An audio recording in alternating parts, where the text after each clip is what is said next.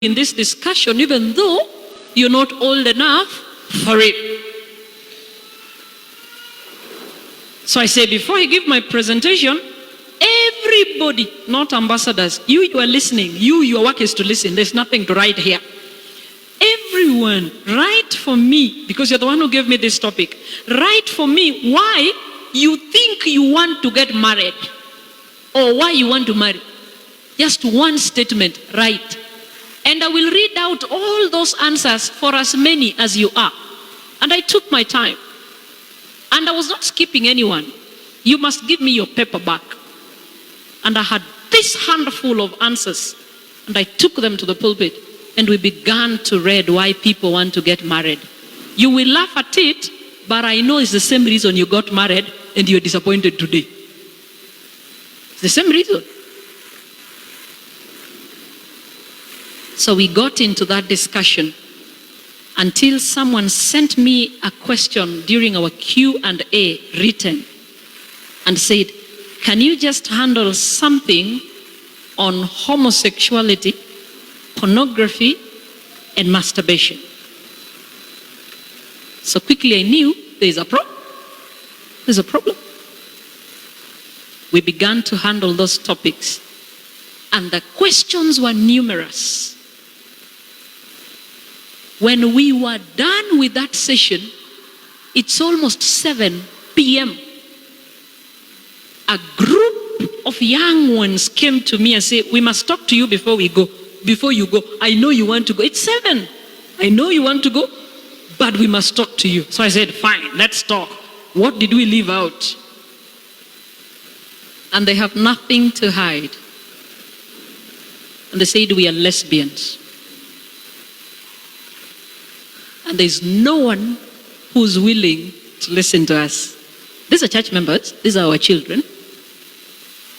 And there's no safe, they call it a safe space in church to talk about it. So someone asked me, how can I go about it, Pastor, without having to be told that I must leave my girlfriend or boyfriend? No, this is girl boy. Eh?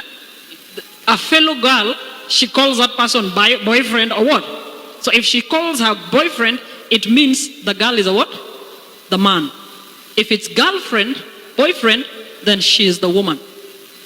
And they say, what? I don't feel like leaving her right now. How do I fight it? I say, am I talking to church members? Are you guys members of this church? They say, yeah, we are members of this church. And I wondered, what are your parents saying about it? They say, they don't know. They don't know. Then there was a little commotion at around 5. And I saw elders move with some young kids to the vestry, the church. 2 boys and 1 girl, around age 4, 5. So when I'm standing with these girls, one of them tells me, I need help. I say, what for? They say, how do you handle a 4-year-old child who's an addict of pornography? Huh? Mtu anipatie mtoto yake hapa ya 4 years. Nani yako 4 years hapa? Nani yako 4 years? Nani yako 4 years? Mama we hujafika hata 2 yao. Ai mama. Uko how old? Uko how old mama? 2. Nani yako 4 years old? Adasa, come mama. Come mama, come. Come. Sasa mama, nywele yako mzuri. Wamekuambia nywele yako ni smart. Nani alishuka wewe? Mama, very nice. Good. Ukirudi nyumbani mwambie alikushika mzuri. Mimi nataka tu tusimame na wewe hapa tuhubiri. That girl is 4 years. So when I say 4 years, this is the person I'm talking about. Huh? A girl 4 years, an addict of pornography.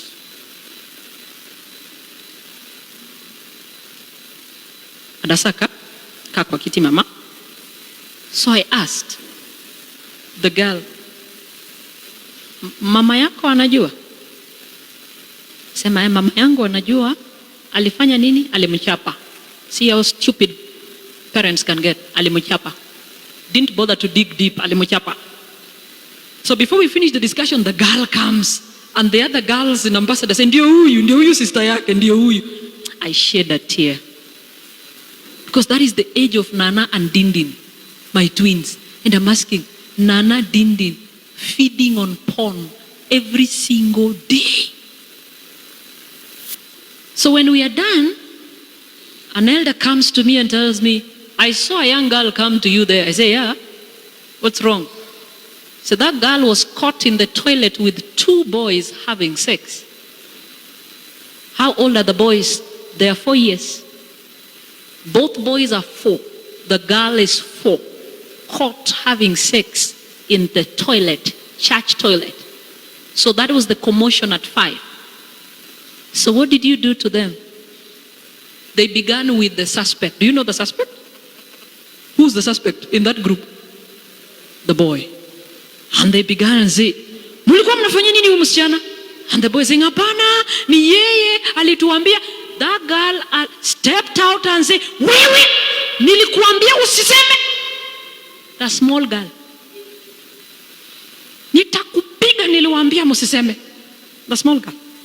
Where does she even get that strength? These are 4-year-olds. So when I sit with parents like this and they say, that topic is too big for our ambassadors. We are talking about, hii group ndogo inaitwa nini? Igabiba. Wewe unasema ni kubwa for ambassador, na mimi naongea na pornography addict wa 4 years. And is that what pornography does to you? Your mind is always thinking sex. That you just want someone you can actually have that sex with. So when this girl comes to church, what she does, she identifies kids her age and teaches them how to do what? Have sex. I thought church is the safest place. That when I drop my girl in church with my car and I say nimeenda kuosha gari, mukimaliza class na kuja kukuchukua, only to learn that your child was actually having sex in the toilet.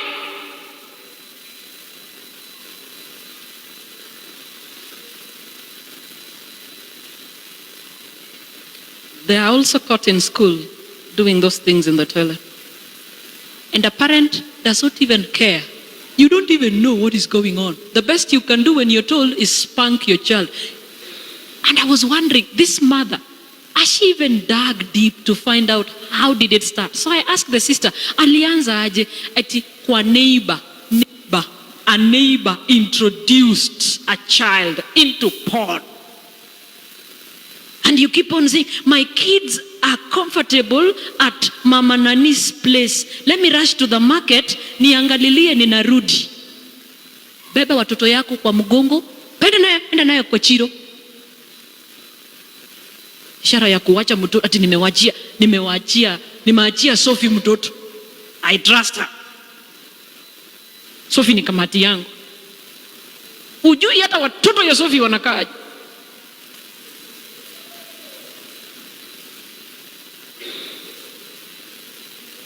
And that is how they grow slowly. By the time they're getting into high school, they turn out to be lesbians. They turn out to be gay.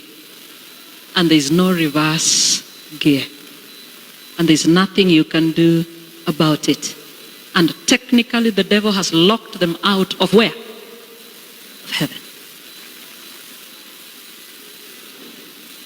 Where were you at that time? So Proverbs says, train up a child in the way he should go, and when he grows, he will not depart from it. The secret lies in training. How do you understand training? Is training for you taking a child to Sabbath school class? That is what you call training. You are wrong. How much have you invested in your child in terms of time? In terms of finances that go into their training? How much?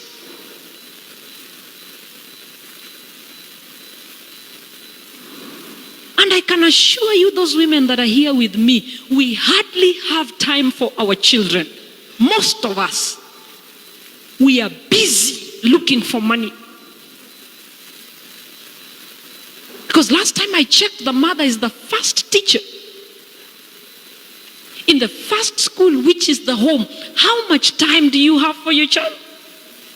And the training, I was reading the book Child Guidance today in the morning, and White says that training begins at babyhood. The moment you hold your child in the hand, the training begins there. But does it begin for us there? No. You are in a hurry to finish your maternity leave and go back to work. In fact, in your status on your phone, we keep reading. Any leads to a DM, that's a domestic work. You want us to find you a DM. I'm soon going back to work. And we never even who's the DM? Where do they come from? What